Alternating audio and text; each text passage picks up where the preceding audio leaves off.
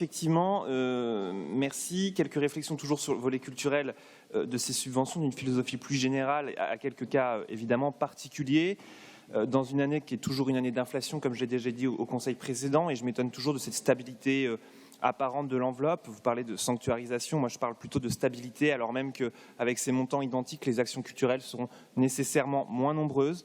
Logique que vous aviez d'ailleurs vous-même développée lors du mandat passé, sur la critique de l'exercice du mandat passé sur la stabilité de l'enveloppe, ce qui est d'autant plus surprenant alors que des villes comme Paris, comme je vous l'ai déjà signifié la dernière fois, ont significativement fait le choix d'augmenter l'enveloppe des subventions culturelles, en raison notamment de la hausse massive des impôts des Parisiens. Alors, pourquoi je dis apparent? Car vous avez mentionné, Monsieur Dupin, en commission, comme je disais, des subventions qui étaient sanctuarisées. J'ai beaucoup aimé ce terme, mais finalement tel n'est pas le cas, puisqu'on a quand même les grandes disparues que sont les inattendus désormais, avec 300 000 € en moins cette année, même si effectivement ce n'est pas la même ligne, c'est une ligne qui a définitivement disparu, et cette fois-ci, effectivement, vous l'avez bien dit en commission, et c'est dans notre compte rendu au titre des contraintes budgétaires. Donc la culture, effectivement, est contrainte par le budget de la ville et n'est pas épargné par les économies. Donc c'est une première brèche dans ce sanctuaire.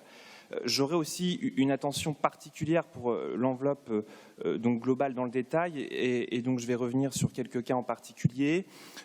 Effectivement, je pense là, et on l'a vu dans la question qui a été posée par Madame Lemoine, je crois, c'est ça, concernant effectivement le florilège vocal.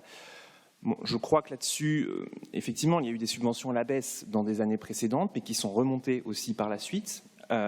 Et aujourd'hui, sur une décision aussi nette, peut-être qu'il y avait un accompagnement dans le temps. Alors la biennale était une idée peut-être à développer effectivement et à resoumettre de manière plus forte avec l'association. Peut-être qu'il y avait d'autres chemins pour prendre le temps, en tout cas dans ce festival qui était une vraie tradition, en tout cas pour beaucoup de Tourangeaux qui étaient très attachés. Mais il y avait certainement un autre chemin que cette discussion un peu avortée, j'ai le sentiment, en tout cas pour beaucoup d'entre eux. Et effectivement, dans le développement du chant choral aujourd'hui dans notre ville, avec la chorale populaire de l'opéra, on a un message finalement contradictoire, et il ne faudrait pas que ça freine certains dans l'envie de s'engager dans la chorale populaire. Enfin, pour conclure, moi je m'étonne dans vos annonces culturelles l'omission de 2 anniversaires qui traversent notre territoire. Alors peut-être parce que nous sommes en début d'année, mais j'ose espérer qu'il y aura un peu plus de volume sur le sujet.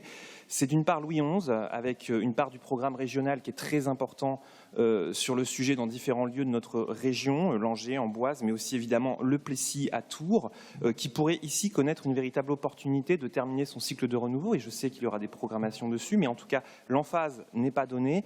Et ensuite c'est celui d'Yves Bonnefoy, qui pourrait réellement animer notre réseau de bibliothèques dans l'année, mais aussi par des lectures publiques à travers sa poésie, qui mérite d'être bien plus connue qu'elle ne l'est, qui a été un grand nom du territoire tourangeau. Et en tout cas, là aussi, il y aura très certainement quelques manifestations, mais peut-être qu'il faudrait en tout cas beaucoup plus les encourager et beaucoup plus les souligner. Je vous remercie.